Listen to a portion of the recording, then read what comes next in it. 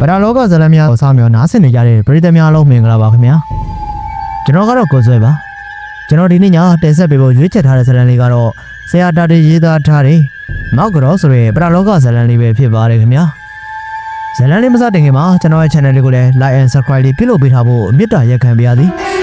ပရိသတ်ကြီးကအစဉ်အဆက်ပြည့်တော့ကျွန်တော်နဲ့တူတူဇလန်လေးကိုစတင်နားဆင်လိုက်ကြရအောင်ခင်ဗျာထနောင်းကုန်းကကျုပ်နဲ့လှုပ်ခင်းတဲ့အကြီးမေခအကြောင်းကိုစုံမနဲ့အကြီးခဝတ္ထုမှာကျုပ်ရေးခဲ့ပူပါတယ်။ဒါပေမဲ့အကြီးမေခအကြောင်းပြည့်စုံတော့မဟုတ်သေးဘူးဗျာ။မောက်ကြောမှာတော့အပြည့်စုံပြောထားတယ်။တကယ်တော့အကြီးမေခကမောက်ကြောဆိုတဲ့စကားလုံးကိုခင်ဗျားနားလည်အောင်ကျုပ်ပြောပြပါမယ်။ပထမဆုံးပြောပြချင်တာကကျုပ်ဆိုတဲ့စကားလုံးမှာကျိုးဆိုတာကအုပ်စုကိုခေါ်တာလူတွေတင်တယ်လို့ကျိုးတွေနဲ့ကောင်းငင်ကိုပြတ်တက်နိုင်တာမျိုးပါဘူးဗျာ။အမျိုးအစားကိုပြောတာပါ။အုပ်စုခွဲထားတာပေါ့ဗျာအုပ်စုမတူတော့ပညာချင်းလည်းမတူသလိုလုပ်ပုံကိုင်ပုံကြင့်ကြံပုံပြူစားပုံတွေလည်းမတူဘူးပေါ့ဗျာအဲ့ဒီလိုပညာအုပ်စုအစဉ်14စုရှိတယ်ဗျာစုံကဝေကျိုးပေါင်း14ကျိုးရှိတာပေါ့ဗျာကဝေပြန်ဆိုတာကလည်းစုံအုပ်စုတစ်ခုပဲလေဗျာသူကအုပ်စု14ခုမှာအမှတ်စဉ်ရှိမှရှိတာဗျာသူတို့ကို8ကျိုးလို့ခေါ်တာပေါ့ဗျာကျိုးများလေပညာပိုထက်လေလို့ပြောလို့မရပါဘူးသူပညာနဲ့သူတော့အစွမ်းထက်တာပဲဗျာပညာတည်းရဲ့အလေးအလာအကျင့်ကြံပေါ်မှာမူတည်တာပေါ့ဗျာဒီ14ကျိုးရဲ့နာမည်တွေတော့ကျုပ်မပြောတော့ပါဘူးဘာဖြစ်လို့လဲဆိုတော့အဲ့ဒီနာမည်တွေကပါဠိအတန်လေးဆိုတော့ဖတ်ရတာရှုပ်ထွေးသွားမှာဆိုလို့ပါဗျာဒီ14ကျိုးထဲမှာအုပ်စုနံပါတ်12 12ကျိုးပညာတွေကအထက်ဆုံးလူကိုတုံးခနဲ့လဲသေးအောင်အသက်နိုင်ဆုံးနာဂဝန္တာဆုံးမျိုးဖြစ်တယ်ဗျာဒီ12ကျိုးဆုံးမျိုးထဲမှာတော့မောက်လုံးမောက်ပြမောက်တူမောက်ရှင်မျိုးတွေပါတယ်ဗျာသူတို့တွေထဲမှာအထက်မြတ်ဆုံးကတော့မောက်ကြော်ပေါ့ဗျာမောက်ကြော်တွေကပညာခန်းတွေကိုလည်းနှက်ဆက်ကျွမ်းကျင်တယ်အဆုံးအဖြတ်ကလည်းရဲတယ်ဘာမဆိုရင်ဆိုင်ရဲတယ်ဒါပေမဲ့လို့စီကံလည်းအလွန်ရှိတယ်ဗျာ3ချိန်အထိအမားခံတယ်4ချိန်မြောက်ဆိုရင်တော့အသေးတက်လိုက်ရောဗျလူတွေအသိများတာကတော့မောက်လုံးတွေမောက်ပြားတွေကိုအသိများတာပေါ့ဗျာသူတို့မှာကပညာတည်ခြင်းသာမြင်ရတဲ့အမောက်ဆိုတာပါတယ်ဗျာမောက်လုံးကအမောက်လုံးလုံးလေးပါပြီးတော့မောက်ပြားကတော့အမောက်ပြပြပါတယ်မောက်တူကတော့အမောက်တူတယ်မောက်ရှည်ကတော့အမောက်ရှည်တယ်ဗျာကျုပ်ဓာတ်တွေကိုသိတာကလည်းအကြီးမေခပြောပြလို့သိတာပေါ့ဗျာအကြီးမေခကကျုပ်ကိုခင်တော့ကျုပ်ဆက်ဆက်ဆူဆူမေးသမျှကိုစိတ်ရှည်လက်ရှည်ပြောပြတတ်တယ်ဗျာလူတယောက်အနေနဲ့ဒီပညာတွေကိုလက်ဆင့်ကမ်းသင်ယူမယ်ဆိုရင်သူ့ကိုပညာပေးမယ်ပညာတည်းရဲ့အစစ်တဆင်းနေတဲ့ပညာကိုတခါတည်းတန်းရတာဗျာအကြီးမေခကိုပညာပေးတဲ့ပညာတွေကမောက်လုံးအထက်3ဆင့်ဆိုတော့အကြီးမေခကမောက်လုံးအထက်2ဆင့်ကိုတန်းရတာပေါ့ဗျသူ့ဆရာတရားနဲ့သူကသူ့ဆရာရဲ့အဆင့်ကိုအလိုလိုတက်တာလေဗျာအကြီးမေခကပညာကိုထက်တက်ရင်းနဲ့မောက်လုံးကိုကျော်သွားပြီးတော့မောက်ပြအထက်ကအဆင့်ကုန်တလောက်ကိုရခဲ့တာဆိုပဲဗျအကြီးမေခတို့လိုမောက်ကြော်ကြီးတွေကအတော်ကိုရှားတာတယ်ဗျာသူတို့လိုပညာအဆင့်ကိုကုန်တလောက်လိုက်စားခဲ့တဲ့သူကတိတ်မရှိကြဘူးလေဗျအကြီးမေခကတော့နာဂဝန္တလို့ခေါ်တဲ့12ကျိုးပညာကိုကုံတလောက်ကိုလိုက်စားခဲ့တာလေဗျာ12ကျိုးဆုံးကဝေတွေတက်မှာမောက်ပြားကအမြင့်ဆုံးပဲဗျာဒါပေမဲ့ပညာဆုံးကတော့မဟုတ်သေးပါဘူးပြင်မောက်ပြားအထက်မှာ6ဆင့်ရှိသေးတာဗျာကျိုးစိတ်ထင်တော့အကြီးမေခကမောက်ပြားအထက်အဆင့်5လောက်တော့ရှိမယ်ထင်တယ်ဗျမောက်ကြော်လို့ခေါ်တာကလည်းတတ်မှတ်ချက်မတူဘူးထင်တယ်ဗျာဘယ်လိုတတ်မှတ်ချက်နဲ့ခေါ်တာလဲဆိုတာကိုတော့ကျုပ်တည်တည်ကြမသိပါဘူးဗျာဒါပေမဲ့အကြီးမေခကိုတော့ပညာတဲ့အချင်းချင်းကမောက်ကြော်ကြီးလို့တက်လေးတစားခေါ်ကြတာပဲဗျာအကြီးမေခကိုကျုပ်တို့ရွာသားတွေကဆုံးမဆိုပြီးတော့ဖယ်ကျင်ကြတယ်ဒါကိုအကြီးမေခကနည်းနည်းမှကိုဂရုမစိုက်ဘူးစိတ်လည်းမစိုးဘူးဗျာပြီးတော့အကြီးမေခဆိုတာကကျုပ်တို့ရွာရဲ့အိုးပိုင်အိမ်ပိုင်ဝိုင်းပိုင်မိသားစုကဆင်းတက်လာတာလေဗျာအကြီးမေခတို့မိဘတွေပိုင်တဲ့ຢာတွေမှာနဲတာမှတ်လို့ဗျာအကြီးမေခတို့မှာကစုံမျိုးကဝေမျိုးရှိတာမဟုတ်ဘူးဗျာမောင်နှမ3ယောက်ရှိရတယ်အကိုကကိုစိန်နဲ့ပြီးတော့အကြီးမေခသူ့ရဲ့ညီမကမက်လာတယ်အငယ်ဆုံးမက်လာဆိုတာကတော်တော်ချောတာဆိုပဲရွာထဲကကလာသားတွေကပိုးကြပန်းကြတာပေါ့ဗျာဒါပေမဲ့တရက်မှာတော့ထနောင်းကုန်းကိုရောက်လာတဲ့ဈေးဆရာလိုဘေးဒင်းဆရာလိုလူကမက်လာကိုကြိုက်ပြီးတော့စေဝါအစီအနေနဲ့လှုပ်ထားတယ်ဗျနောက်မှဒီလူကအောက်လန်းဆရာမှတိကြတာတဲ့အကြီးမက်လာကအဲ့ဒီလူစီကိုသွားပါမယ်ဆိုပြီးတော့ငိုကြီးနေလို့အိတ်ခမ်းနဲ့ထည့်ပြီးတော့ပိတ်ထားရတာတဲ့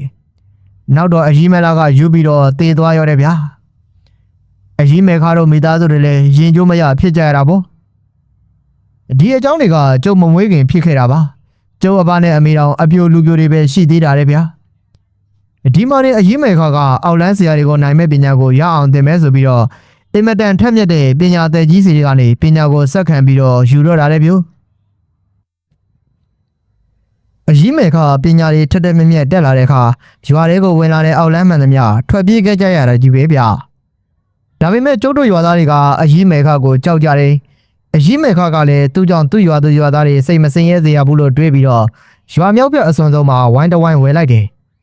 ဝိုင်းကလည်းအကျယ်ကြီးဗျအဲ့ဒီဝိုင်းထဲမှာအိမ်ဆောက်တယ်မိဘတွေမရှိကြတော့ယာတွေကိုသူ့အကိုနဲ့ခွဲယူကြတယ်မိဘတွေအိမ်မှာအကြီးနဲ့အကိုမိသားစုကဆက်နေတယ်အကြီးကရွာပြင်ထွက်ရင်မြောက်ဘက်တကားကပဲထွက်တယ်ဗျရွာထဲကိုကုလူဆက်ဆံမှုလုံးဝမလုပ်တော့ဘူးဈေးဝယ်စရာရှိရင်သူ့အကိုကမွေးတယ်သူ့တူတွေသူမတွေကဝယ်ပေးကြတယ်အခုတော့သူ့အကိုဘိုးစိန်လည်းမရှိတော့ဘူးပေါ့ဗျာရာလုပ်ငန်းတွေကိုသူ့တူတွေကဦးစီးပြီးတော့လူငါးနဲ့လုပ်တယ်ရွာထဲကလူတွေနဲ့ဘာဆိုဘာမှမပတ်သက်အောင်နေရဲဗျာတာတေးဆိုတဲ့ကျုပ်ကတော့အကြီးမယ်ခါကိုလွတ်ခင်းတာဗျာအကြီးကလည်းကျုပ်ကိုတူတူလေးတယောက်လိုကိုချစ်တာပါဗျာကျုပ်ဝတ်သားဟင်းကြိုင်မှန်းပြီးတော့အကြီးကဝတ်သုံးတဲ့သားကိုဣနေအောင်နှက်ကြွေးတာဗျာကျုပ်မလာရင်တူတူမတွေကိုလွတ်ပြီးတော့ခေါ်ခိုင်းတာမျိုးအမေကလည်းကျုပ်ကိုအန်တကြီးကြီးနေပေါ့ဗျာဟဲ့တာတီမဲခါကြီးစီကိုနင်သွားနေတာမဲခါစီကစုံပညာတွေပါတယ်တင်နေတာများလားဟဲ့ဟာမဟုတ်ပါဘူးအမေယာကျုပ်ကအကြီးကိုခင်လို့သွားတာပါဗျအကြီးမာကစကားပြောပေါ်တော့ရှိတာမဟုတ်ဘူးလေဗျာကျုပ်ကအဲ့ဒီလိုပြန်ပြောရတာမျိုးရွာထဲကလူကြီးတွေကလည်းကျုပ်ကိုတွေ့ရင်စားကြနောက်ကြတာပေါ့ဗျာဟာဟေးကောင်ကြီးဟိုမှာတာတိလာနေရဲကွာမင်းတို့နော်တာတိကိုမလေးမစားမလုပ်ကြနဲ့တာတိဖနှောင်းတစ်ချက်ပေါက်လိုက်ရင်ဘာဖြစ်သွားမယ်ထင်တော့တဲရီချိုင်သွားမှာပေါ့ကွာဟာအဲ့ဒီလိုမျိုးစောက်တယ်လို့တချို့ကလည်းဟဲ့ကောင်လေးတာတိနင်မဲခရင်ကိုချောပေါအောင်သွားမနေနဲ့ဟဲ့မဲခကြီးကနင့်ဦးတွေအသေးကြီးနှုတ်စားပြလိုက်လိမ့်မယ်အဲ့ဒီလိုပြောပေါ့ဗျာတချို့လူကြီးတွေကလည်းအတီပေါင်းနဲ့ပြောကြတာမျိုးအေးချက်ကြီးအကြီးမဲခသေးရင်တော့ဒီရွာမှာအမှုအခင်းတွေဖြစ်ကြမှာမြင်အောင်သိတယ်ကွာဟေးဘာဖြစ်လို့တော့ထုံးလာရဲ့ဘာဖြစ်ရမှာတော့ချက်ကြီးဟာမဲခပိုင်တဲ့ຢာတွေအိမ်တွေဝိုင်းနေနဲ့အတွင်းပစ္စည်းတွေသူ့တူတွေတူမတွေနဲ့မဲခယောက်ျားတာတွေနဲ့အမွေဆိုင်ကြတော့မှာပေါ့ကွာလေးလေးထုံးလာတဲ့လေးလေးချက်ကြီးကအတိုင်အဖောက်လုပ်ပြီးတော့ကျုပ်ကိုစကြတာဗျာကျုပ်ကလည်းဘသူဘာပြောအကြီးမဲခစီကိုအသွားမပြတ်အလာမပြတ်ပါပဲဗျာတခါတော့ကတော့အကြီးမဲခကနွားကြည့်တဲ့ကျိုးကိုခွဲပြီးတော့ဝိုင်းနဲ့လှန့်ပြလိုက်တာမွေးဟောက်ကြီးဖြစ်သွားတာဗျမွေးဟောက်ကြီးကမှဗပင်းကြီးခွက်ပြီးတော့တဖြည်းဖြည်းနဲ့လှုပ်နေတာဗျာအကြီးမဲခကကျိုးပြန်ဖြစ်အောင်လှုပ်လိုက်ပြီးတာတော့မှကျုပ်ကကြောက်ပြီးတော့သွားမယူရဲဘူးဗျနောက်တစ်ခါကျတော့အကြီးမဲခကကျုပ်ကိုအပင်းသွင်းတာကိုလှုပ်ပြတာဗျာဝိုင်းတွေကကြောက်စစ်လက်ခဲငါးလုံးကောက်ခိုင်းနေပြီးတော့ကြောက်စစ်လက်ခဲတွေကိုတိတိကျကျမှတ်ခိုင်းနေဗျာအကြီးကမိဖို့ကြောင့်တွေကဝလုံးမိုင်းတစ်ခုသွားယူခိုင်းနေဒီဝလုံးမိုင်းတွေကအကြီးခွဲပြီးတော့ရင်းနှီးကြိုဖို့ပုံထားတာလေဗျာကျုပ်ကအစစ်နဲ့စစ်ပါတဲ့ဝလုံးမိုင်းကိုယူလာခဲ့တယ်ဗျာအကြီးကဝလုံးမိုင်းကိုထရက်မှမိထောင်ခိုင်းလိုက်တယ်ပြီးတော့မှကျုပ်ကောက်လာတဲ့ကြောက်စစ်လက်ခဲငါးလုံးကိုလက်ထဲမှာထည့်ပြီးတော့ကြောက်ကြောက်နဲ့မြည်အောင်လှုပ်နေတယ်ကျုပ်စိတ်တင်တော့အကြီးစိတ်ထဲကနေမန်နဲ့တစ်ခုရစ်နေတယ်လို့ထင်နေဗျာခဏနေတော့လက်ထဲကကြောက်စစ်လက်ခဲတွေကိုဖိပြီးတော့ညှစ်လိုက်ရောပြုပြီးတာနဲ့လက်ကိုဖြန့်ပြတယ်အကြီးရဲ့လက်ဘွားထဲမှာကြောက်စစ်လက်ခဲတွေမရှိတော့ဘူးပြုကြောက်စစ်လက်ခဲတွေကဘယ်ရောက်သွားတာတော့အကြီးရဲ့ကျုပ်ကအဲ့ဒီလိုမေးလိုက်တယ်ဗျာဟဲ့နေမဲအပင်းသွင်းပြပါဆိုလို့ငါသွင်းလိုက်ပြီလေအဲ့ဒီလိုအကြီးကပြန်ပြောတော့ကျုပ်မှာတော်တော်ကိုလန့်သွားတာပြုကျုပ်ပိုက်ထဲမှာကြောက်စစ်လက်ခဲတွေရောက်နေပြီလားလို့ပေါ့ဗျာကျုပ်ကလန့်ပြီးတော့ဘိုက်ကိုဖိလိုက်တော့အကြီးကအော်တာတီရဲ့နင်းပိုက်ထဲကိုငါကအပင်းသွင်းမလားဟဲ့ဟိုမှာထောင်ထားတဲ့ဝလုံးထဲကိုသွင်းလိုက်တာတွားယူအဲ့ဒီဝလုံးမိုင်းထဲကိုယူပြီးတော့လှုပ်ကြည့်လိုက်ဟဲ့ကျုပ်ကစောကထရံမှာထောင်ထားတဲ့ဝလုံးမိုင်းကိုတွားယူပြီးတော့လှုပ်ကြည့်လိုက်တော့ဂလောက်ဆိုတဲ့အတန်ကိုဝလုံးထဲကနေကြားလိုက်ရတယ်ဗျာအကြီးကဝလုံးကိုဓာတ်နဲ့ခွဲခိုင်းတော့ကျုပ်ခွဲချလိုက်တာကျုပ်ကောက်လာတဲ့ကြောက်စစ်လက်ခဲငါးခဲကဝလုံးမိုင်းထဲကိုရောက်နေပါရောလားဗျာဒီအကြောင်းတွေကိုတော့စုံမဝတ္ထုထဲမှာကျုပ်ရေးခဲ့ပြီးပါပြီစုံမဝတ္ထုကိုမဖတ်လိုက်ရတဲ့သူတွေအတွက်နည်းနည်းပြန်ရေးလိုက်တာပါတခါကလည်းအကြီးကသူ့ရွာထဲမှာနှမ်းထောင်ဆောင်နှမ်းပုတ်ပဲစွပ်ပေးလို့ဆိုပြီးတော့ လူတွေမမြင်ရတဲ့တခြားပုံသားတွေကိုထမင်းနေဟင်းနေကြွေးလို့ကျုပ်ဖြင့်လှုပ်ပေးလိုက်ရတာဖက်ဖက်ကိုမော်ရောဗျာနောက်တစ်ခါကတော့အကြီးနဲ့ကျုံနဲ့အနာကရွာတယောက်ကိုသွားကြတာဗျာလမ်းမှာကျုပ်တို့ရှစ်တဲကလာနေတဲ့မွေးဖြူတစ်ကောင်ကိုတွေ့တယ်မွေးကအဖြူခေါင်းမှာအမောက်နီပါတယ်ဗျာအကြီးရောကျုပ်ရောတုံခနဲ့ရက်ပြီးတော့ကြည့်လိုက်တော့ကောင်းငယ်မှာမွေနောက်ကိုထိုးလိုက်လာတဲ့သိန်းငှက်တစ်ကောင်ကိုတွေ့လိုက်တယ်အကြီးကသိန်းငှက်ကိုမော့ကြည့်ပြီးတော့ခေါင်းပေါ်ကဖြတ်ပြန်မှာမြေကြီးပေါ်ကသိန်းငှက်ရဲ့အရှိကိုပြေးပြီးတော့ဖနှောင်းနဲ့ပေါက်လိုက်တာသိန်းငှက်ကြီးခမဘုံခနဲ့နေအောင်ပြုတ်ကြတာပြုမွေဖြူကအကြီးမဲ့ခါကိုခေါင်းလေးညှစ်ပြီးတော့ရှစ်ခိုးသွားတယ်ဗျာပြီးတာနဲ့မွေဖြူလည်းပြေးတော့တာပေါ့ဗျာသိန်းငှက်ကြီးကတော့အတောင်ပံကြီးဖြန့်ပြီးတော့ဖြန့်နဲ့လှုပ်နေတယ်ဗျာအကြီးသိန်းငှက်ကတော့သိမဲ့ထင်တယ်ဗျာကျုပ်ကအဲ့ဒီလိုပြောလိုက်တော့မသေးပါဘူးတာတီရဲ့ငါသူ့ကိုတေးအောင်မလုပ်ပါဘူးဟဲ့ခဏနေရင်သူထပြန်သွားမှာပါအဲ့ဒီလိုအကြီးမဲ့ခါကပြန်ပြောတယ်ဗျာဒီအကြောင်းတွေကိုတော့အကြီးမဲ့ခါဆိုတဲ့ဝတ္ထုမှာကျုပ်ရေးခဲ့ပြီးပါပြီဗျာတရက်အကြီးမဲ့ခါအိမ်ကိုကျုပ်ရောက်တော့အကြီးမဲ့ခါကထူးထူးဆန်းဆန်းစကားတစ်ခုပြောတယ်တာတီငါတငယ်ချင်းမတွေကိုတတိယလို့ဟဲ့အဲ့ဒါငါသွားချင်လိုက်တာနင်လဲမောင်းပြီးတော့လိုက်ပို့ပေးနိုင်မလားတာတီရဲ့ဗျာအကြီးတငယ်ချင်းတွေကဘာမှနေရတော့ဗျာတယောက်ကမက်မယ်ညင်းနေသူကဆရာမနိုင်နာကတိုက်ကုန်းရွာမှာနေတာနောက်တစ်ယောက်ကမိတောင်းနေသူကတော့တိုက်ကုန်းဒီဘက်မှာတမာတန်းရွာမှာနေတာဟဲ့ဟိုကောင်မတစ်ယောက်ရှိသေးတယ်မဲဖွင့်နေသူကတော့ဆရာမနိုင်ဟိုဘက်ကပွဲကြော်ရွာမှာနေတာသူစီတော့မသွားနိုင်ပါဘူးခဲပွဲကြော်ကအဝေးကြီးတာတည်းရဲ့သွားလေအကြီးရဲ့ကျုပ်လိုက်ဖို့မှာပေါ့ဗျာအကြီးဘယ်နေရနေမှာတော့မရောက်တာလဲကြာပြီဆိုတော့2ညလောက်တော့အိတ်မယ်စိတ်ကူးတာပဲတာတည်းရဲ့ရတာပေါ့အကြီးရဲ့ကျုပ်လိုက်ဖို့မေးဟေးနင့်အိမ်ကငါခေါ်သွားလို့ကြိုက်ပါမလားတာတည်းရဲ့ဗျာအဘတို့အမေတို့ကအကြီးအကြောင်းကိုကောင်းကောင်းသိပါတယ်အကြီးရဲ့အကြီးထနောင်းကုန်းကိုဘလောက်ချစ်တယ်ဆိုတာအဘတို့အမေတို့သိပြီးသားပါဗျာကျုပ်အိမ်ကိုပြောပြီးတော့လိုက်ပို့ပေးပါမယ်အကြီးမဲခါရဲ့နွားကြီးနှစ်ကောင်ကနွနီကြီးတွေဗျာဖီးနေတာဗျအကြီးမဲခါကနွားအကြောင်းကိုလည်းလွတ်နာလေတာအစာရေးစားလည်းလွတ်ကြယူဆိုင်တာဗျာနွားတွေနေထိုင်မကောင်းရင်လည်းနွားဈေးကိုလည်းနားလေတယ်သူ့နွားတွေကိုသူပဲကုတာဗျာနွားကြီးတွေကနဘေနကတ်တွေမဟုတ်ဘူးဗျလှဲဆွဲလဲကောင်းနေကျုပ်2ခါ3ခါလောက်လှဲတက်ပြီးတော့မောင်းမှုပါတယ်ဗျာကျုပ်ကအဘနဲ့အမေကိုအကျိုးကြောင့်ပြောပြပြီးတော့အကြီးမဲခါကိုလိုက်ဖို့ခွင့်တောင်းတယ်ဟဲ့တာတီမဲခါကဒီရွာကပဲဟာသူ့တငယ်ချင်းဆိုရင်လေဒီရွာမှာပဲရှိရမှာပေါ့ဟဲ့အလွန်ဆုံးရှိဗန်ပွေးကုန်းမီးလောင်ကုန်းပေါ့ဟဲ့အခုဟာကတိုက်ကုန်းတို့ပွဲကြော်တော့ဆိုတော့ရိုးတငယ်ချင်းတော့ဘယ်ဟုတ်နိုင်မှာတော့ဟဲ့သူတို့ပညာသည်တွေပဲရှိမှာပေါ့ဟုတ်နိုင်တယ်အမေဟုတ်နိုင်တယ်လုံမနေနဲ့ဟဲ့နင်ကိုစုံမတွေဝိုင်းပြီးတော့ပြူစားလွတ်လိုက်လိမ့်မယ်နော်ဟာမပြူစားပါဘူးအမေအကြီးမဲခါတရားလုံးရှိနေတာပဲကျုပ်ကိုဘသူကပြူစားဝင်မှာတော့ဗျာ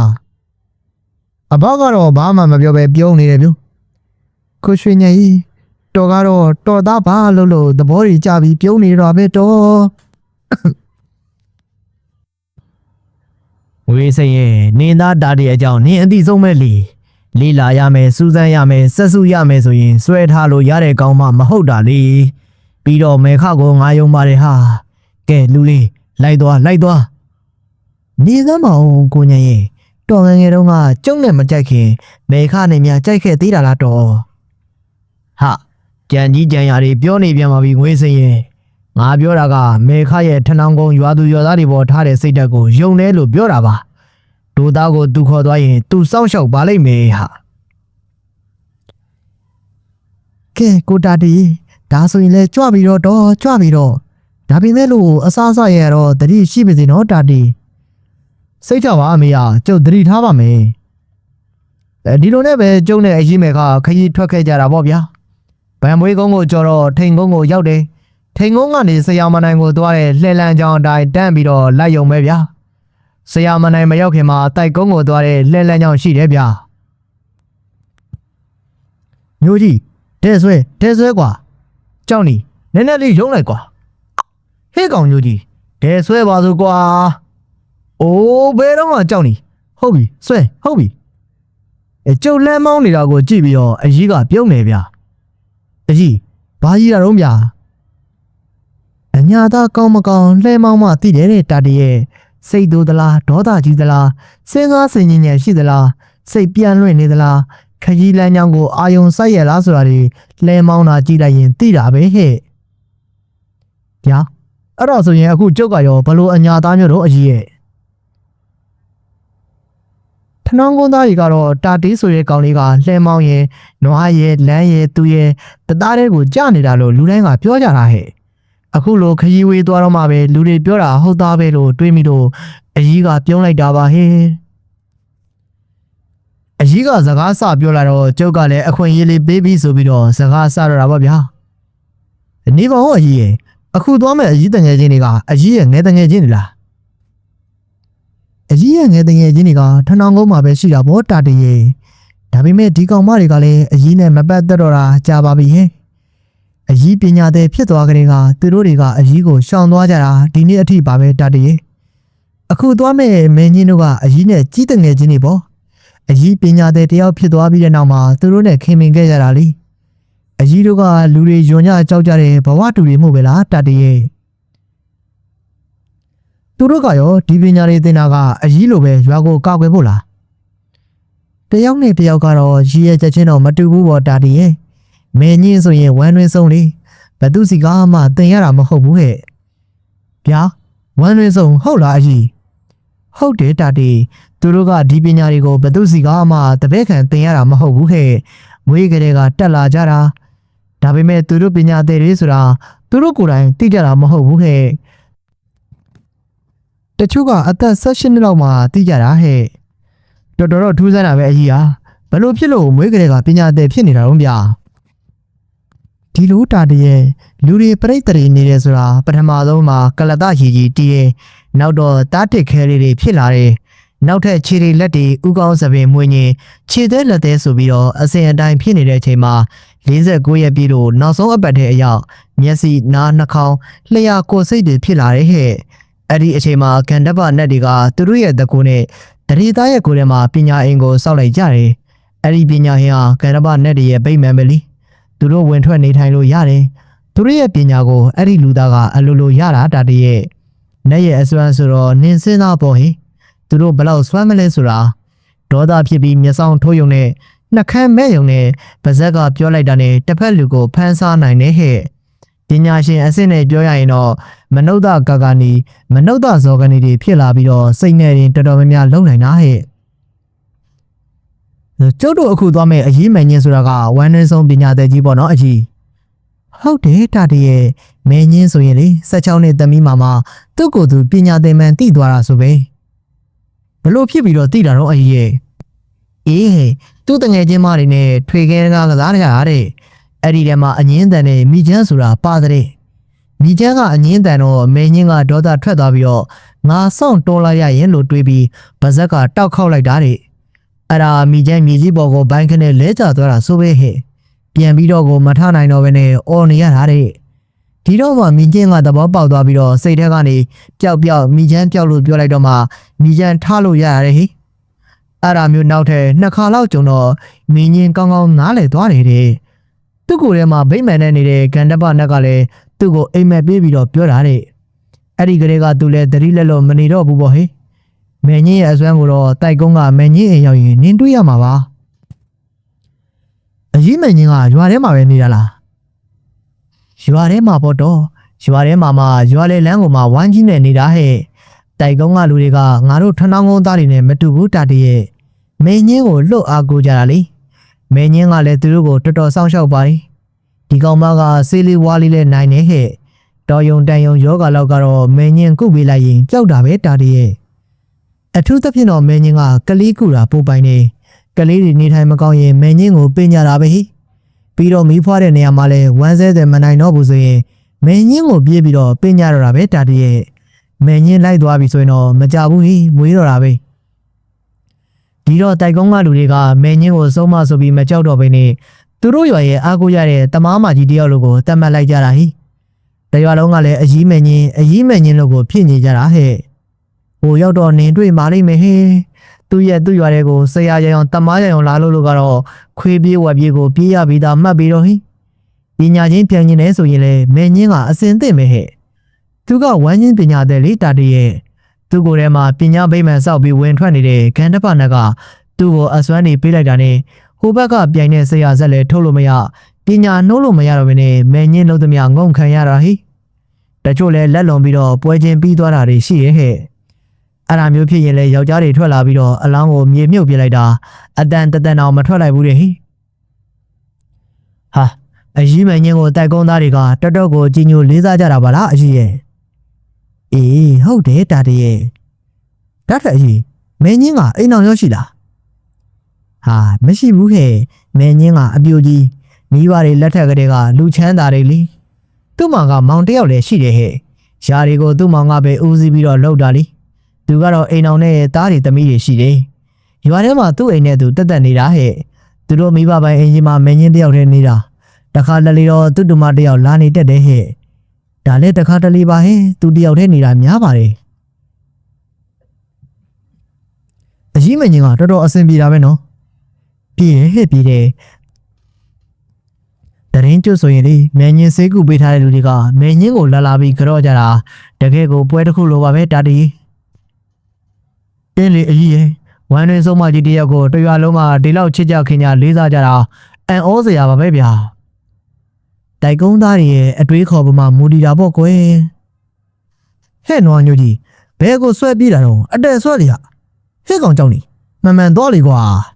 အတင်းတင်းဆွဲရင်မင်းပန်းမှာမောကြောင့်နေရဲ့ကျုပ်ကအကြီးမယ်ခါရဲ့နွားကြီးတွေကိုမှန်ပဲမောင်းလာတာဗျာတမကုန်းကကောင်မကမိတောင်းနေဒီကောင်မတော့ဝမ်းတွင်းဆုံးမဟုတ်ဘူးဟဲ့ဘူးသွင်းဆုံးတာတည်းရဲ့ဗျာဘူးသွင်းဆုံးဟုတ်လားကြီးအေးဟုတ်တယ်ဟဲ့မိတောင်းကဘူးသွင်းဆုံး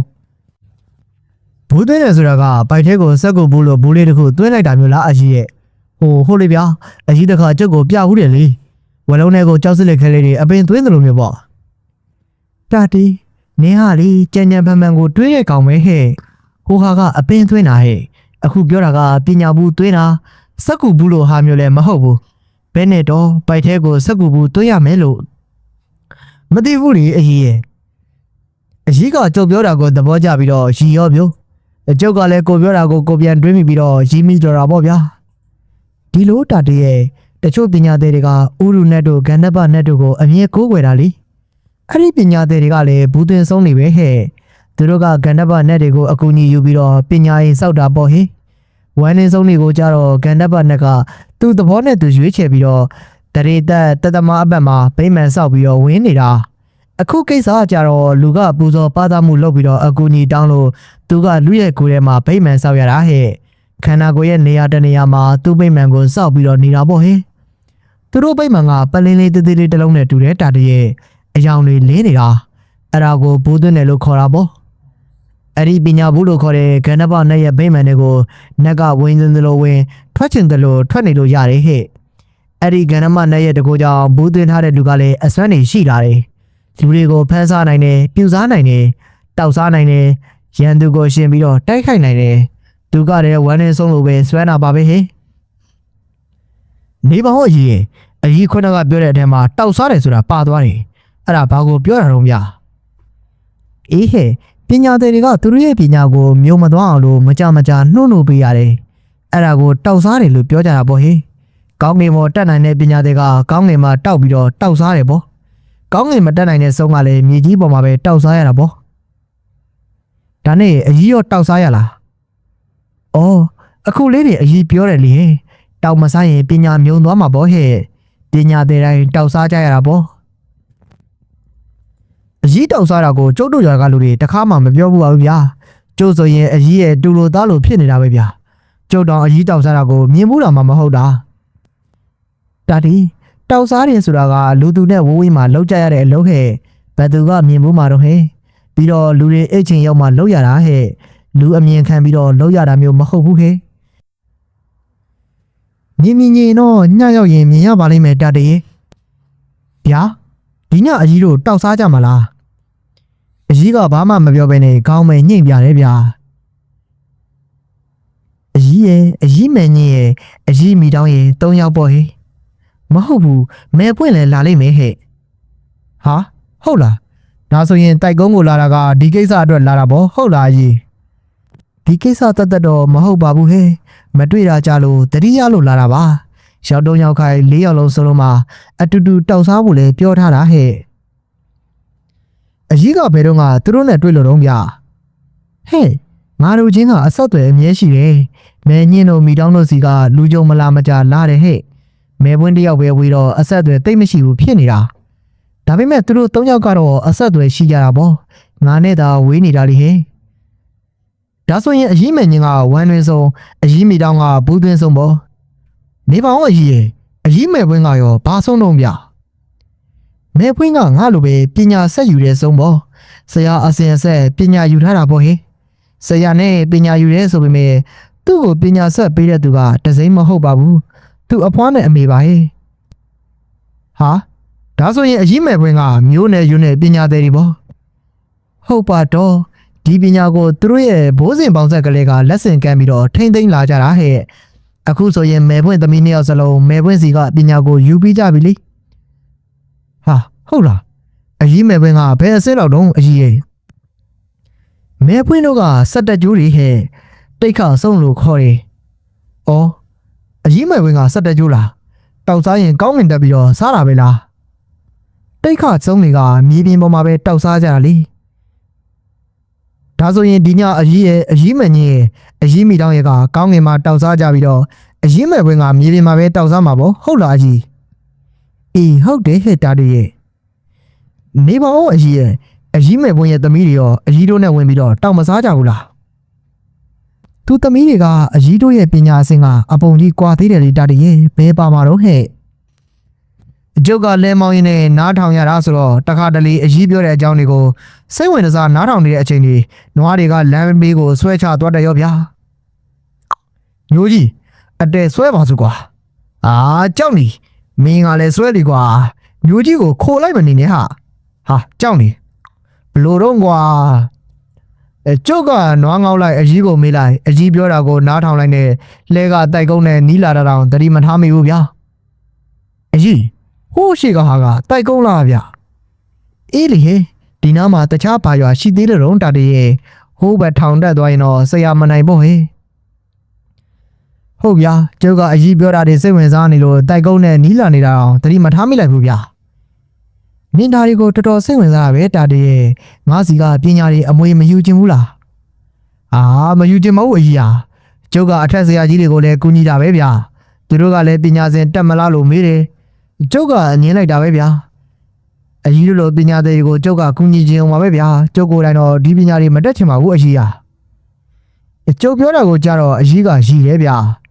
တပြေးပြေးနဲ့ကျုပ်တို့လှဲကတိုက်ကုန်းရဲ့တောင်ဘက်တကားကနေရွာထဲကိုဝင်လိုက်တယ်လူစိမ့်နေဆိုတော့ရွာသားတွေကအကြီးကြတာပေါ့ဗျာရွာလေလန်းရောက်အောင်မောင်းလိုက်တာဒီရွာလေလန်းရောက်ရင်အရှိကိုချိုးလိုက်မဲညင်းတို့ဝမ်းရောက်ရင်အကြီးပြောမယ်ဟဲ့ရွာလေလန်းရောက်တော့ကျုပ်ကလဲကိုအရှိကိုချိုးလိုက်တယ်အေးဟုတ်ပြီဟဲ့မောင်းအောင်တိုက်ကုန်းကအရှိနောက်ရှည်တဲ့ရွာဟဲ့မဲညင်းရဲ့ဝိုင်းကနည်းနည်းမောင်းရအောင်မတာတရဲ့ကျုပ်ကလဲကိုခတ်မမှန်ပဲမောင်းလိုက်တယ်ဗျာအေးဟုတ်ပြီဟဲ့ဟုတ်ပြီရှေးကဝိုင်းကိုကြော်လိုက်ရင်ရပြီဘယ်ဘက်ချမ်းကဝိုင်းကြီးပဲဟိုမှာမြင်လားတာတေမကြီးပင်ကြီးလေအေးအဲ့ဒီဝိုင်းထဲကိုသာတန်းဝင်လိုက်တော့ကျုပ်ကလည်းအကြီးပြောတဲ့အတိုင်းဝိုင်းထဲကိုတန်းဝင်လိုက်တယ်ဗျာဟာမောက်ကြော်ကြီးရောက်ပြီဟေ့ကောင်းလိုက်တဲ့အိမ်ကြီးဗျာခေါင်းနှလုံးနဲ့အိမ်ကြီးဗျာရေနံနမမဲနံနေအောင်တုတ်ထားတာမျိုးအောက်ထက်ကအုတ်တိုက်ဗျာအုတ်ခံအိမ်ပေါ့ဗျာအပေါ်တက်ကကျုံးအိမ်ကြီးပေါ့အိမ်ထဲကမိမကြီးနှစ်ယောက်ပြေးထွက်လာပြီးတော့ကြိုးကြတာဗျာကျုပ်ကိုလည်းတစ်ချက်လှည့်ကြည့်လိုက်တယ်မိထောင်းလဲရောက်နေပြီပဲမဲပွင့်မရောက်သေးဘူးလားဟဲ့အကြီးမဲကလှဲပေါ်ကဆင်းနေစင်းရင်မေးတာဗျာမိထောင်းကညကလေးကဒီမှာအိတ်တာမောက်ကြော်ရဲ့မဲပွင့်ကတော့မရောက်သေးဘူးမကြတော့ပါဘူးရောက်လာမှာပါကျုပ်ကချက်ချင်းသဘောပေါက်သွားတယ်အခုပြောတာအကြီးမဲညင်းမဲဖြစ်မယ်လို့စုံမကြီးတွေသာဆိုတယ်ဗျာရုပ်စိုးပန်းရိုးကြီးတွေမဟုတ်ဘူးဗျာအသားကဖြူဖြူရုပ်ရည်ကလည်းကြည်ကောင်းရှူကောင်းပုံလေးဗျာသူတို့ငငယ်ကဆိုရင်အချောလာတွေဖြစ်မှသေးချတယ်ဗျအဲ့ဒီလိုတော့ကျုပ်ကတွေးလိုက်မိတယ်ဗျာတတီ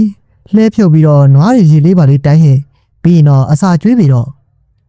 အကြီးမေခါကကျုပ်ကိုပြောလိုက်တာနဲ့လူတစ်ယောက်ကကျုပ်လဲနာကိုကပ်ပြီးတော့ပြုံးပြတယ်ညီလေးလှဲကိုဒီဘက်မောင်းခဲ့ကွာမောက်ကတော်ကြီးနွားတွေအတွက်အစာရည်စာရောရေရောအစင်းသင့်ပြင်ထားတယ်ညီလေးရဲ့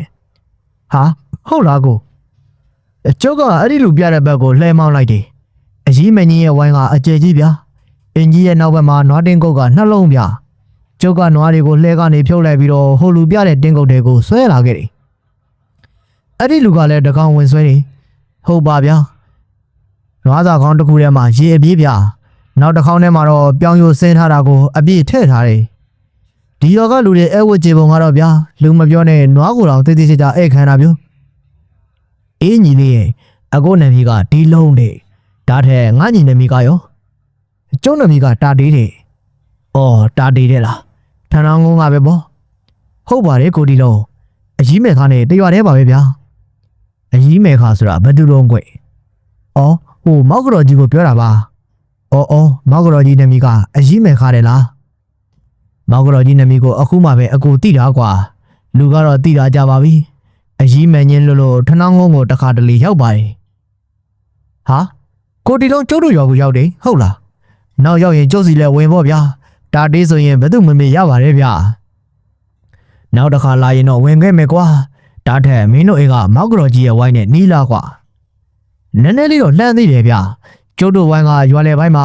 မောက်ကတော်ကြီးကရွာမြောက်ပိုင်းမှာဗျာဟုတ်တယ်အကိုလာရင်မြောက်တကားကဝင်ချလိုက်တာမြောက်ကတော်ကြီးဝိုင်းကိုတန်းရောက်တော့တာပဲဟိနေပါဦးဗျာကိုတီလို့အိမ်ကဘယ်နားမှာတော့ရွာနောက်ပိုင်းမှာကွာဒါတရားအချိန်ရရင်တော့အိမ်လေလိုက်ခဲ့လေကွာဟာအဲ့ဒီလိုတော့လိုက်ခဲ့လို့မဖြစ်သေးဘူးဗျာအကြီးကကြိုက်မှမထင်ဘူးလေကဲဒါဆိုရင်ဒါဒီအိမ်ကြီးပေါ်တက်တော့အကိုကအကြီးမငင်ခိုင်းထားတာလေးတွေတွားလို့လိုက်အောင်မဲကွာ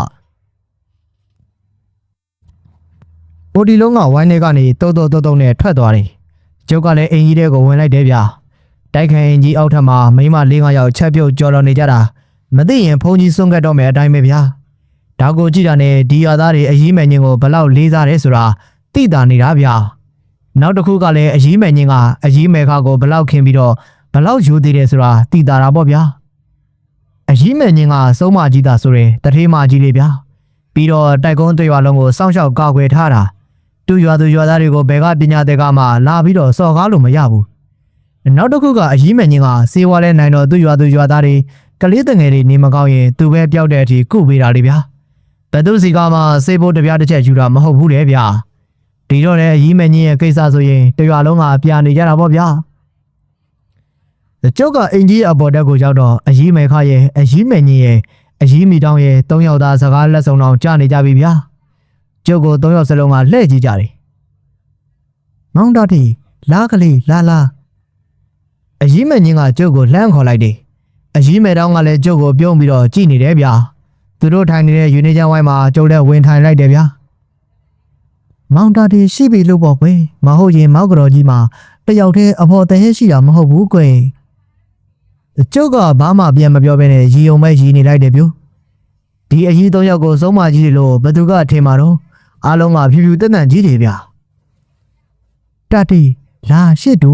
ဒီမှာလက်ဖက်စားအကြံလေးပါလေးတောက်ဟဲ့နင်းတောက်နေကြငကားဆေးပေါ်လေးရောပါခဲ့ရလားဟုတ်ပါပါတယ်အကြီးရဲ့ကျုပ်ကလွယ်လာတဲ့လွယ်တဲ့ကငကားဆေးပေါ်လေးတစ်လိမ့်နဲ့တနုပြူမိကက်ကလေးကိုထုတ်လိုက်တယ်ပြီးတော့ဆက်လေးကိုမင်းကြီးပြီးတော့ဖွာလိုက်တယ်ဒီတော့မှအမောပြေသွားတာဗျာပြီးတော့လက်ဖက်စားပြီးတော့ရင်းနှီးချတောက်တယ်လက်ဖက်ကတော့ကျုပ်တို့အညာထုံးစံပေါ့ဗျာစီအောက်မှာမြုပ်လို့ဗျာစီရဲကနေဇွန်းနဲ့ဆယ်စားရတာမောင်တတီဒါလေးစောင်းအောင်ကွယ်ဒုံချောက်ကိုဖုတ်ပြီးတော့စီစိန်ထားတာလीဒုံချောက်ဆိုတာကပစုံချောက်အကြီးကြီးတွေကိုခေါ်တာဗျာကွေမဟုတ်ဘူးပစုံအကောင်လိုက်ဆန့်ကြီးတွေငါချောက်လိုပဲမီးဖုတ်ပြီးတော့ထုလို့ရတယ်ဗျာဒုံချောက်ကိုမီးဖုတ်ပြီးတော့မွားအောင်ထုထားတာပဲစီမွမွေးလေးမြုံအောင်စိတ်ထားတော့အရသာကလွတ်ရှိတာပေါ့ဗျာကျုပ်လည်းလက်ဖက်ကလေးစားလိုက်ဒုံချောက်ကလေးဝါလိုက်ရင်းနှီးချမ်းကလေးတောက်လိုက်ငကားဆေးဘောလေးကလေးဖွာလိုက်နေတကယ်ကိုရှာစိန်ကြနေတော့တာပေါ့ဗျာ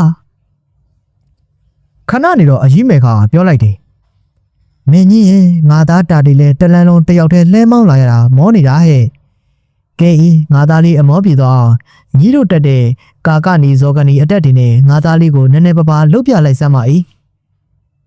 တ တာတီကဒါမျိုးတွေကိုလှိတ်လွတ်စိတ်ဝင်စားတာအေးစိတ်ဝင်စားရင်နေအကြီးစီကပညာယူပါလားတာတီရဲ့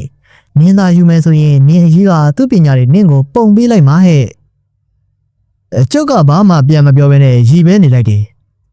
ငါမေးပြီးပါပြီမင်းကြီးရဲ့တာတီကမလိုချင်ဘူးတဲ့ငါတို့ပညာတွေကအတင်းပေးလို့မရဘူးလေကာယကံရှင်ကလိုချင်မှပေးခွင့်ရှိတာဒါတော့မှတစ်ချိန်တောင်းရုံနဲ့မပေးရဘူးသုံးချိန်ပြည့်အောင်တောင်းမှပေးရတာလေမင်းကြီးရဲ့အေးပါလေအခုမလိုချင်လဲနေပေါ့နောက်တော့လေလိုချင်ရင်လိုချင်လာမှာပေါ့တာတီရဲ့ကဲခဏဆောင်အကြီးလိုတဲ့ပစ္စည်းလေးတွေတွားယူလိုက်အောင်မဲတာတီရဲ့အကြီးမင်းကြီးကအခန်းတစ်ခန်းတွေကိုဝင်သွားတယ်ဗျာခဏနေတော့အကြီးကအယုတ်သေးရုပ်လေးတရုပ်ယူပြီးတော့ပြန်ထွက်လာတယ်လေကားပေါက်ကိုသွားပြီးတော့ခင်များရှိလားဟိအဲ့ဒီလိုလမ်းអော်လိုက်တယ်ရှိတယ်အကြီးရှိတယ်အကြီးဘာခိုင်းချင်လို့တော့အကြီးရဲ့ဝိုင်းထဲကနှင်းစီပန်းတပွင့်ခူးခဲ့စမ်းမခင်များဟိဘာကြောင့်ဖြစ်ဖြစ်ရတယ်သိလားဟုတ်ကဲ့ပါအကြီးကအကျန်းဝိုင်းမှာပြန်ထိုင်နေ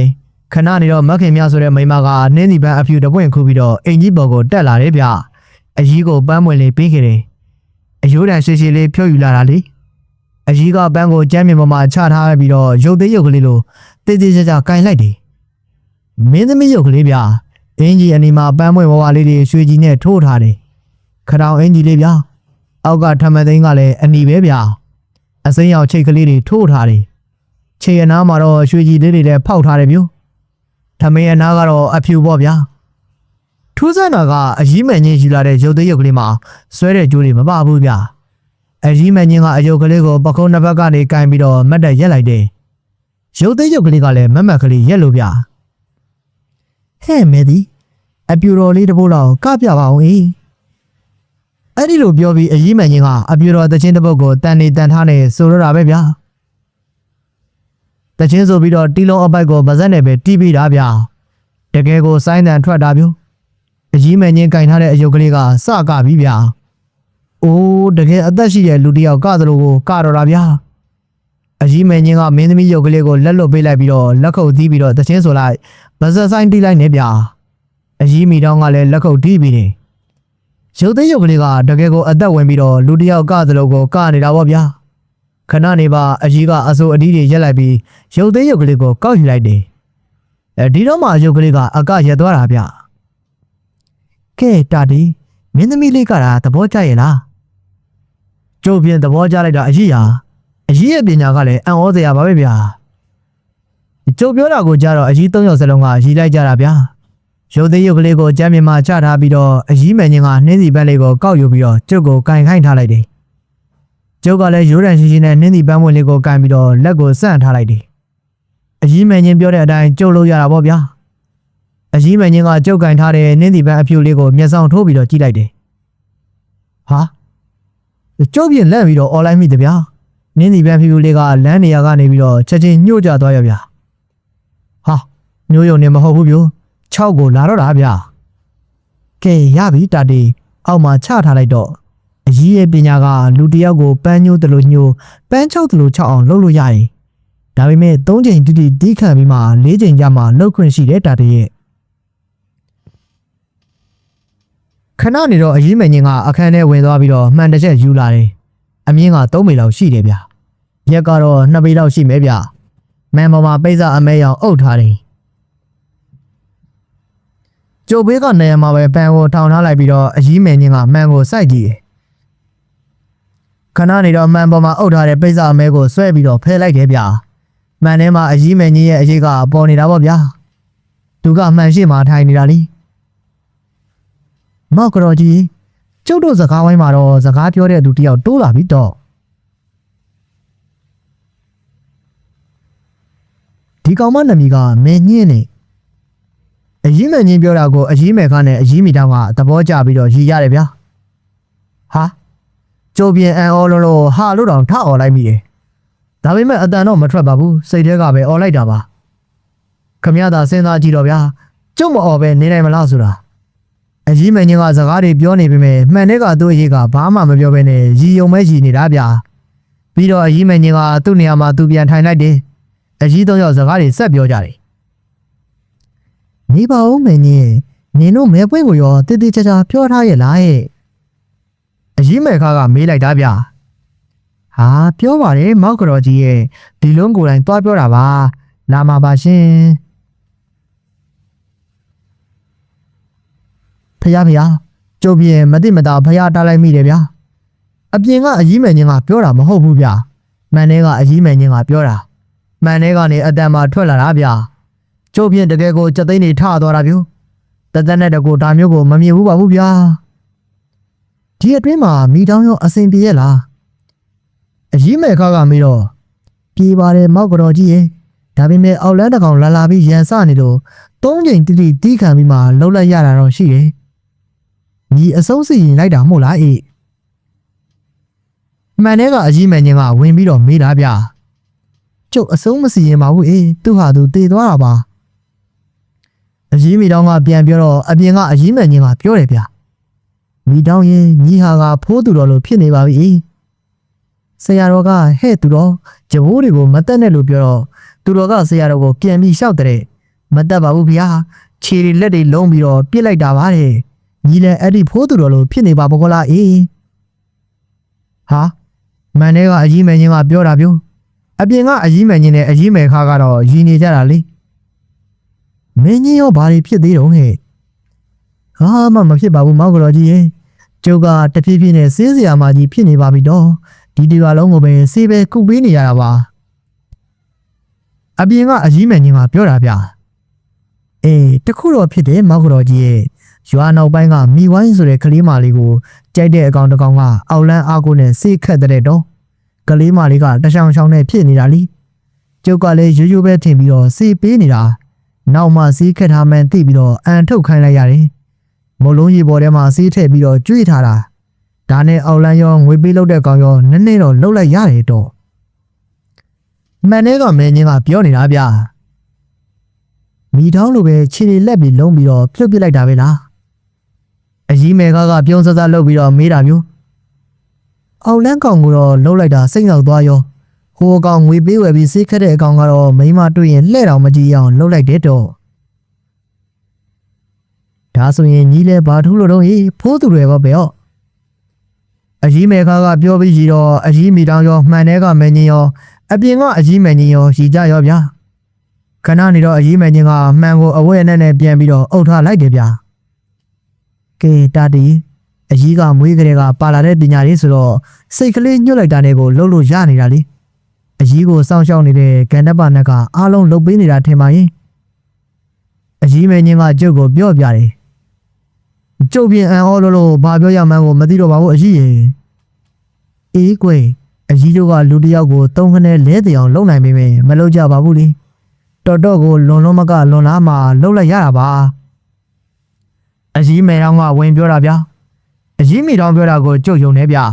သူတို့တွေပုံမှန်တန်ကိုကြည်တာနဲ့စီးနဲ့ကန်းနဲ့အစင်အတန်းရှိနေကြထိုင်ကြတဲ့သူတွေဆိုတာသိတာနေတာပါဗျာမသိတဲ့သူတွေဆိုရင်တော့သူတို့ကိုပညာသေးလို့ထင်အောင်ထင်မှာမဟုတ်ဘူးဗျ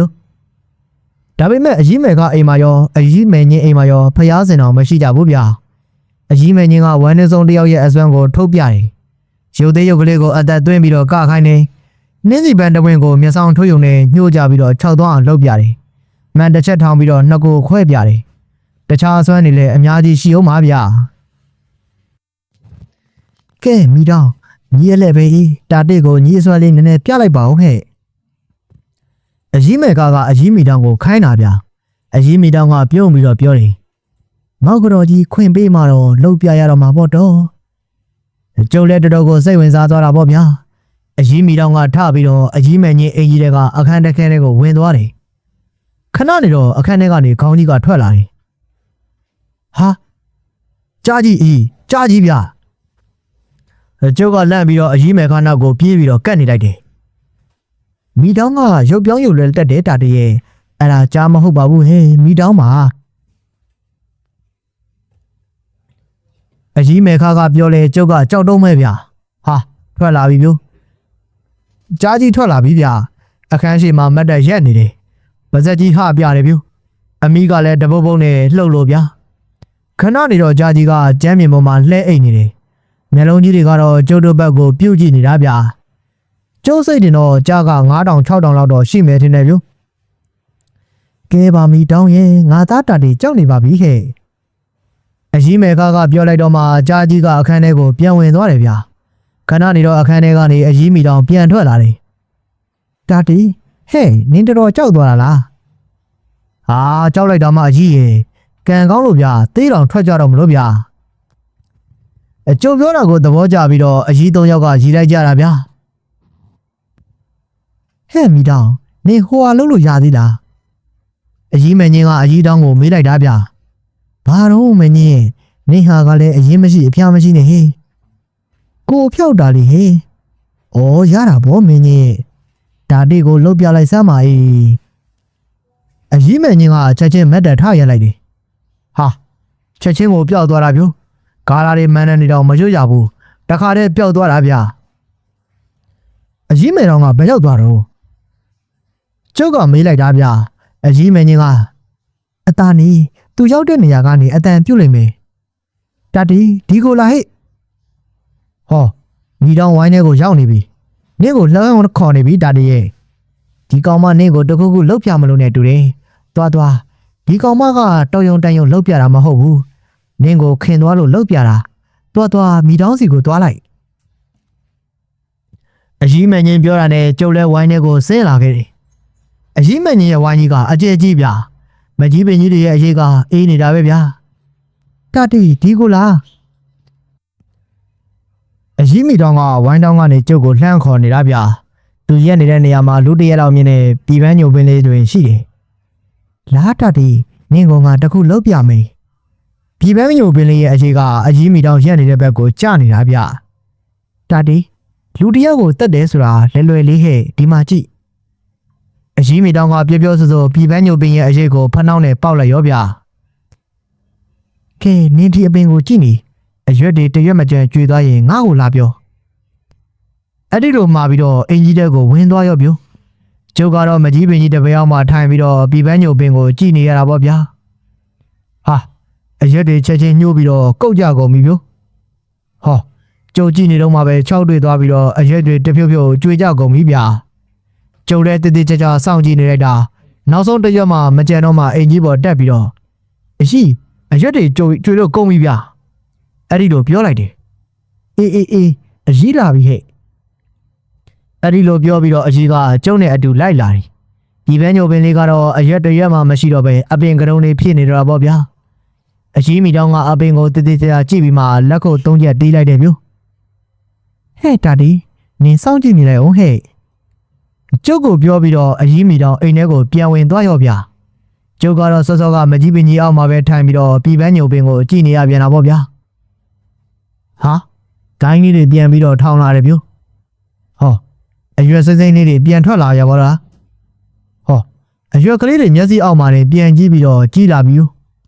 ဟောတဖြည်းဖြည်းနဲ့တပင်လုံးအရွက်တွေစိမ့်နေရောဗျာ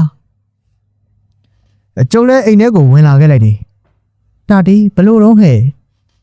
အကြီးမိတောင်ကကျုပ်ကိုလှမ်းမိလိုက်တာဗျာဟာအကြီးအရွက်တွေပြန်ထွက်လာပြီးတော့တပင်လုံးကိုစိမ့်ပြီးတော့လမ်းနေတော့တာပဲဗျငကိုတော့ထက်တောင်ပို့ပြီးတော့တန်သေးနေသေးတယ်အကြီးမိတောင်ကရည်နေတယ်ဗျာအကြီးတို့ထမင်းမွဲတွေအစင်းသင်းဖြစ်ပါပြီရှင်စောစောကလာတဲ့မိန်းမဗျာမက်ခင်များဆိုတဲ့မိန်းမကလာပြောတာကဲမောက်ကတော်ကြီးထမင်းသုံးဆောင်မှုကြွပါအကြီးမင်းကြီးကအိမ်ရှင်ပြီးပြီးရိုးသေးထမင်းစားခေါ်တာဗျာခဲတာဒီနင်းလဲစာရောပေါ့အကြီးတို့နဲ့တဝိုင်းနဲ့ဝင်စားရတယ်မှုလားဟဲ့အကြီးတို့ကိုကြောက်နေပြီလားအကြီးမင်းကြီးကကျုပ်ကိုလည်းထမင်းစားခေါ်တယ်ဗျာစားရပါတယ်အကြီးရဲ့ကျုပ်ကပြန်ပြောပြီးတော့အောက်ထက်ကိုလိုက်လာခဲ့အောက်ထက်ကကွပြကြီးပေါ်မှာထဝင်းဝန်းကြီးပြင်လို့ဗျာရွာထဲကမိမ9ယောက်လောက်ကတိတိကျကျကိုဧည့်ခံကြတာဗျာဟင်းတွေကလည်းစုံပေါ့ဗျာဝတ်တန်တီချက်ကြက်သားစီပြန်ချောင်းပစုံကျော်အမဲကြောင်းနဲ့ခရမ်းညင်သည့်စီပြန်ချက်ဘူးညွန့်ဟင်းညိုပလက်ချောင်းကျော်တာတီတို့ကတော့ပိုက်ခွေးနှမ်းပြီပေါ့ဗျာကျုပ်ပြင်ဆက်စားနဲ့ကြိတ်ထဲလိုက်တာသုံးမကန်အောင်ကုန်တယ်ဗျာထမင်းစားတော့ပြီးတော့ဝိုင်းထဲကမကြီးပင်ကြီးအောင်မှာကွပြစ်ကလေးတွေ့ရတဲ့ငကားစေးပေါ်လေးကလေးဖွာရင်းနဲ့တမိမေ့ပြလိုက်တယ်ကျုံလို့တော့အိမ်ပေါ်တက်ကိုတက်ခဲ့တယ်အ ကြီး၃ယောက်ကတော့စကားလက်စုံပြောမကုန်အောင်ဖြစ်နေကြတာမျိုးဟဲ့တာတီနိုးပြီလားလာအကြံလေးပါလေးတောက်လိုက်ပါဦးအကြီးမင်းကြီးကလွတ်သဘောကောင်းတာမျိုးကျုပ်လည်းရင်းနေချင်လေးတစ်ခွက်နဲ့ထက်လျက်ခက်လေးမြည်လို့ပေါ့ဗျာကြီးကန်းအော်တန်ကြလို့ကျုပ်လှည့်ကြည့်လိုက်တယ်ပြတင်းပေါက်ပေါင်းပေါ်မှာကြီးကန်းတစ်ကောင်နားပြီးတော့အော်နေတာဗျာအိမ်ထဲကိုကြည့်ပြီးတော့အော်နေတာမျိုးကြီးကန်းကတာမန်ကြီးကန်းနေတဲ့နည်းနည်းပိုကြီးတယ်ဗျာဟဲ့မဲတူဘာဖြစ်လို့တော့ဟဲ့အကြီးမင်းကြီးကကြီးကန်းကိုလှမ်းမိလိုက်တာမျိုးဟာအဲ့ဒါမဲပွင့်မှာငါတို့သူ့ကိုစောင့်နေတာဟဲ့ကဲမဲပွင့်ကိုနေမဲတွားကြိုလိုက်မဲတူမကြီးကြီးကန်းကအကြီးမင်းကြီးစကားကိုနားလည်ပုံပဲဗျာချက်ချင်းထပြီးတော့ပြန်သွားတယ်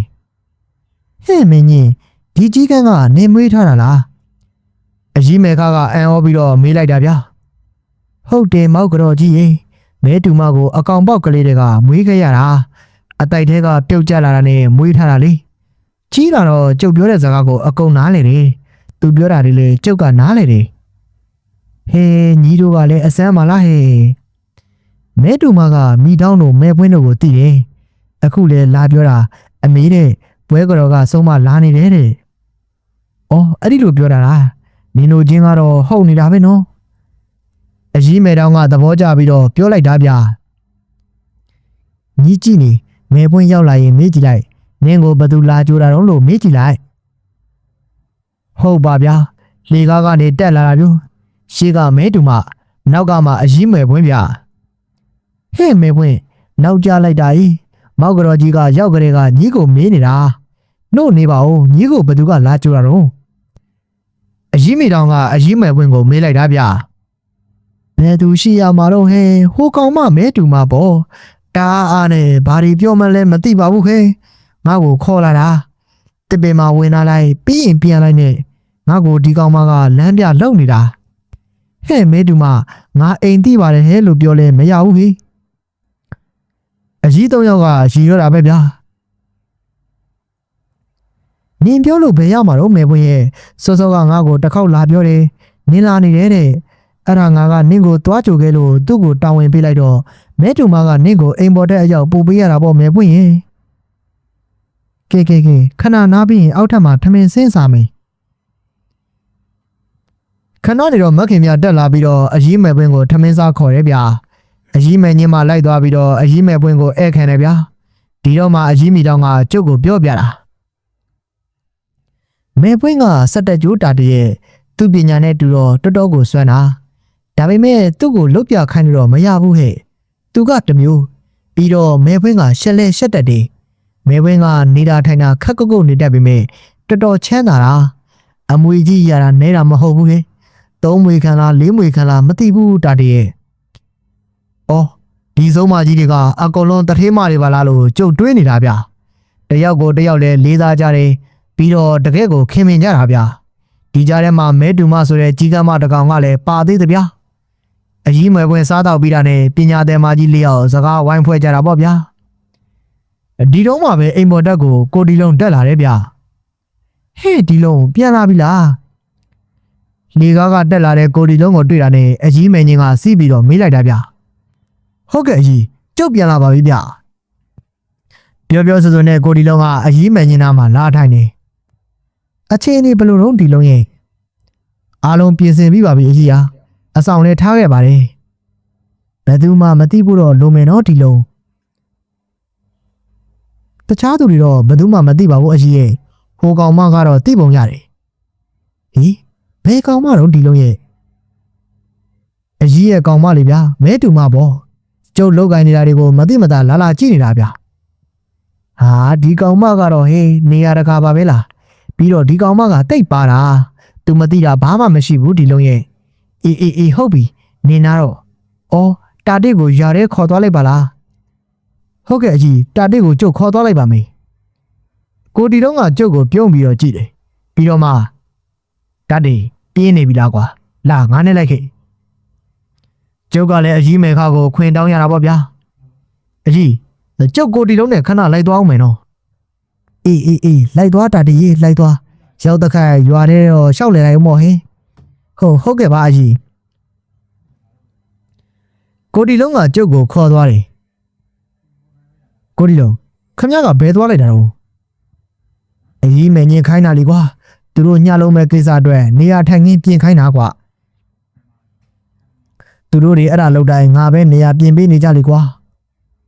ဩဒီလိုကိုရွာနဲ့နီးလာဗျနည်းနည်းတော့လှမ်းနေကွာနည်းနည်းသွားရသေးတယ်လှင်းနဲ့သွားရမှာလားဗျအာမဟုတ်ဘူးလေကွာဒီကိစ္စကလူမသိသူမသိလောက်ရတဲ့ကိစ္စလေကွာလှင်းနဲ့သွားလို့ဘယ်ရမှာတော့တာတည်းရဲ့နိုးနေပါဦးမင်းကမောက်ကတော်ကြီးရဲ့မွေးသားသားဆိုဒီကိစ္စတွေမကြုံဘူးလားဟာကျုပ်ကတခါမှမကြုံဘူးကိုဒီလုံးရဲ့အေးပေါ်မင်းကငယ်သေးတော့မောက်ကတော်ကြီးကမခေါ်တာဖြစ်မှာပေါ့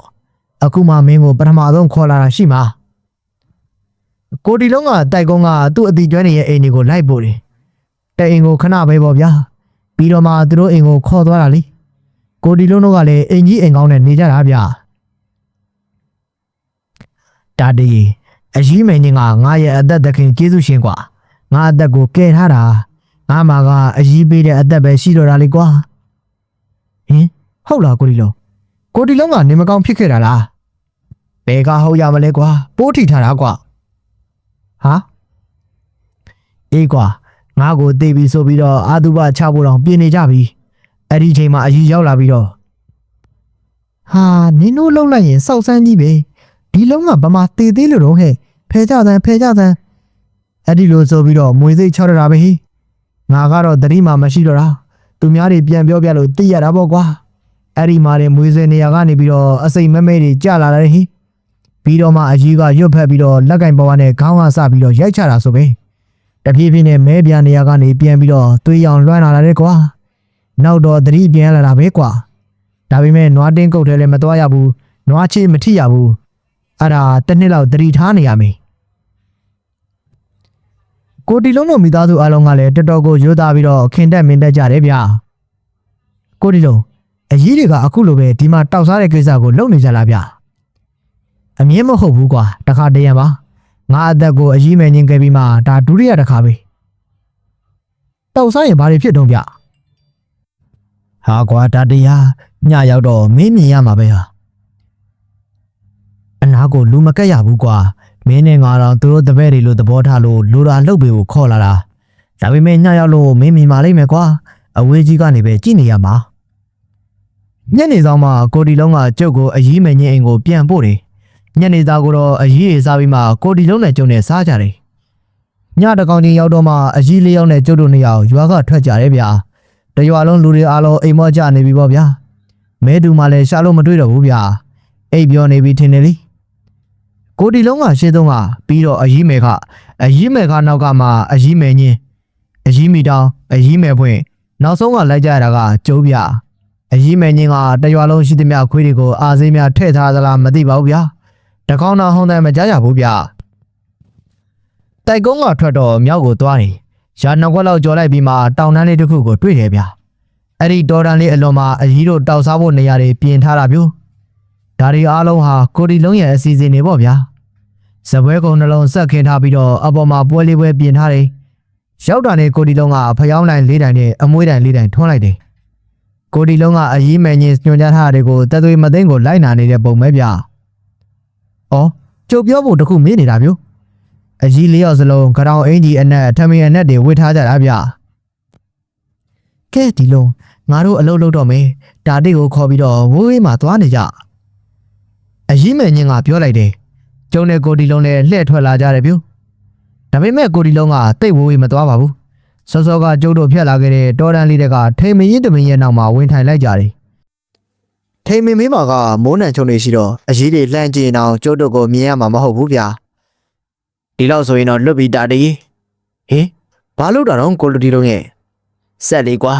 အကြီးတွေလွတ်တဲ့ဆက်တွေလေလူကိုထိလို့ကတော့အသေးပဲတာတည်းဒါကြောင့်လူလွတ်တဲ့နေရာကိုရှာရတာလေ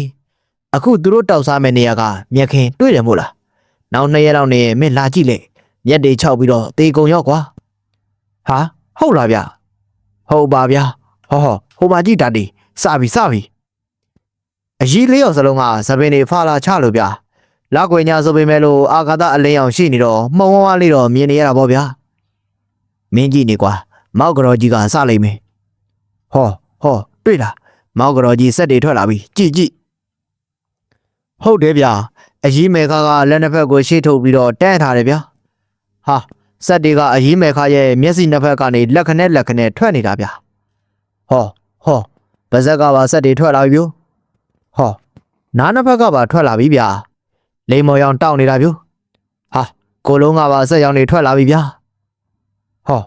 အကြီးမယ်ငင်းကြီးကလည်းစက်တွေထွက်လာပြီအကြီးမယ်ငင်းကအစိမ်းရောင်စက်ဗျာအကြီးမီတောင်လည်းစက်တွေထွက်လာပြီဗျို့အကြီးမီတောင်ကတော့အပြက်ရောင်တောက်နေတာဗျာဟောအကြီးမယ်ပွင့်လည်းစက်တွေလွတ်ပြီဗျို့အကြီးမယ်ပွင့်ရဲ့ဆက်ကအနီရောင်ဗျို့တယောက်နဲ့တယောက်တလန်လောက်ကွာကြတယ်ကိုဒီလုံးကစက်ခနဲ့မော့ပြီးတော့အပေါ်ကိုကြည့်တယ်ကြည်စမ်းဟိုကောင်မရောက်နေပြီကွာ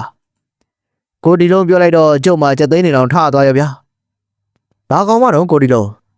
အဲ့ဒီလိုပြပြသားလဲမေးလိုက်မိတယ်ဘယ်ကောင်မရှိမှတော့တတရားမဲတူမလေးတော်ဆက်စုတဲ့ကောင်မကွာ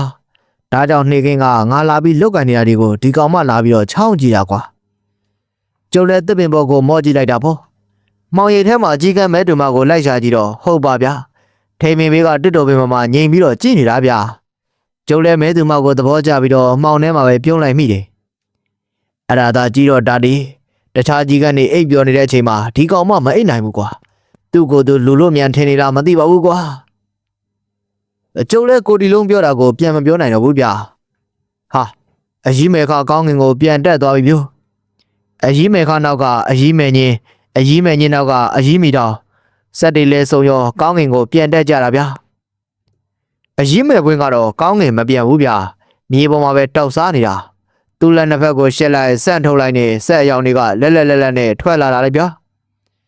ကောင်းငင်ပြန်တက်ထားတဲ့အကြီးတွေကတော့အာကာသတက်ကိုကြည့်ပြီးတော့တောက်စားကြတာဗျာသူတို့တကူလုံးကစက်ရောင်တွေဟာပို့ပြီးတော့တောက်ပါလာတယ်ဗျို့အကြီးတွေသူတို့စက်တွေကိုတောက်ပတဲ့ထက်တောက်ပအောင်လုပ်ကြတယ်စုစုပေါင်းအချိန်မိနစ်အစိ30လောက်တော့ရှိပြီဗျာပထမဆုံးအကြီးမဲခမြေပြင်ပေါ်ကိုပြန်ဆင်းလာတယ်နောက်တော့အကြီးမဲညင်းနဲ့အကြီးမီတောင်းလည်းဆင်းလာတယ်မြေကြီးပေါ်မှာ၄ယောက်ပြန်ဆုံပြီးတော့တောက်စားကြပြန်တယ်ဗျာစက်ရောင်တွေကပိုတောက်လာပြီးတော့လင်းထိန်နေတော့တာဗျာခဏကြတော့အကြီးမဲခကစပြီးတော့စက်တွေတိမ့်နေပြီးတော့တယောက်ပြီးတယောက်ဆက်တွေတိမ့်ကြတယ်ကျိုးသက်မှာလူစင်စစ်တွေလေထဲကိုပြန်တက်ပြီးတော့တောက်စားတာဒါပထမဆုံးမြင်ဘူးတာပဲဗျာကျိုးရောကိုဒီလုံးရောမော့ကြည့်လိုက်တယ်မဲတူမဗျာကျိုးတို့ကိုဘာပြောတာမှမသိဘူးမဲတူမနင်ပြန်တော့လေအကြီးမရင်သိရင်နင့်ကိုစူးလိုက်မယ်ကိုဒီလုံးကအတန်တို့နဲ့ပြောတာဗျာမဲတူမကတခွန်ထက်ပြောပြီးတော့ပြန်သွားရောပြောဒီကောင်မကညမောင်နဲ့ပြန်နေတာပဲကွာကိုဒီလုံးကအဲ့ဒီလိုပြောပြီးတော့မတ်တက်ထားရလိုက်တယ်ကျုံးလဲထားရပြီးတော့အကြီးတွေရဲ့အရေးချေကိုကြည့်ကြတယ်ပြီးကွာတာတီလာသွားကြမယ်ကိုဒီလုံးကရှေ့ကထွက်ပြီးတော့ကျုပ်ကနောက်ကလိုက်တယ်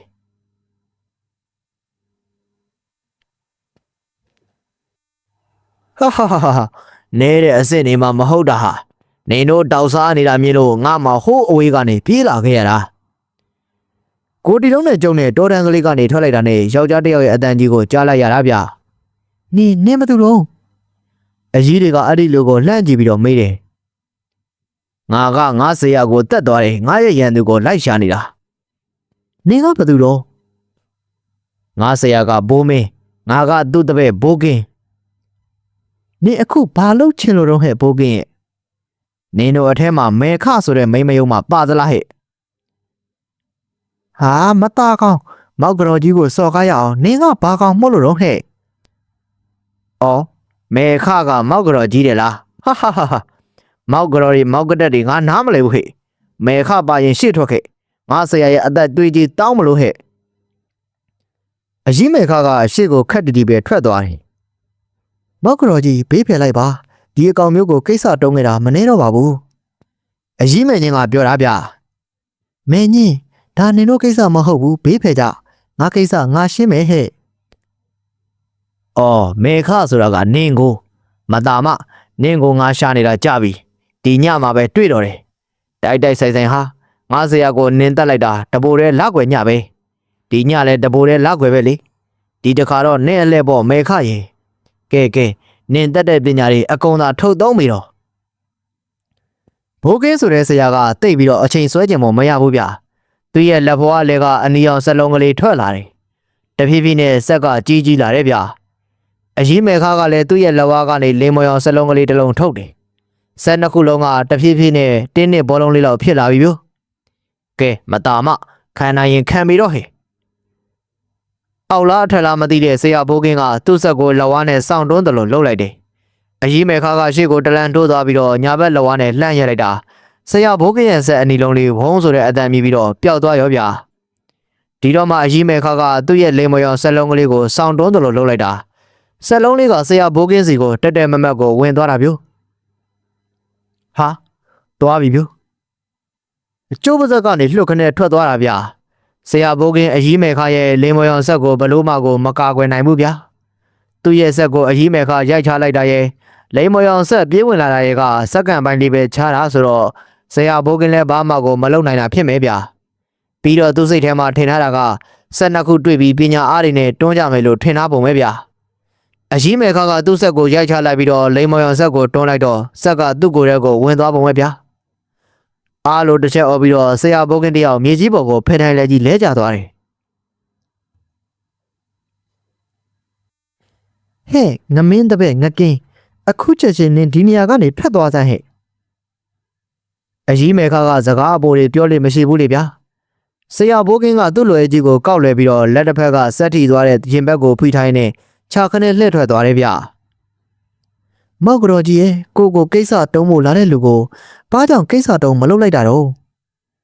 အကြီးမီတောင်းကမကြည်မနဲ့နဲ့ပြောတာဗျငါရဲ့လောကထွက်တဲ့ဆက်ကိုခံနိုင်တဲ့သူမရှိပါဘူးမီတောင်းရင်နှစ်ရက်ပဲခံပါပါပွဲချင်းပြီးသွားရင်ဒင်းကိုတကြိုနေကြရမှာပေါ့သူဟာသူတခြားမှာသွားပြီးတော့ဇလန်မရှုပ်တော့ဘူးဟဲ့ကဲ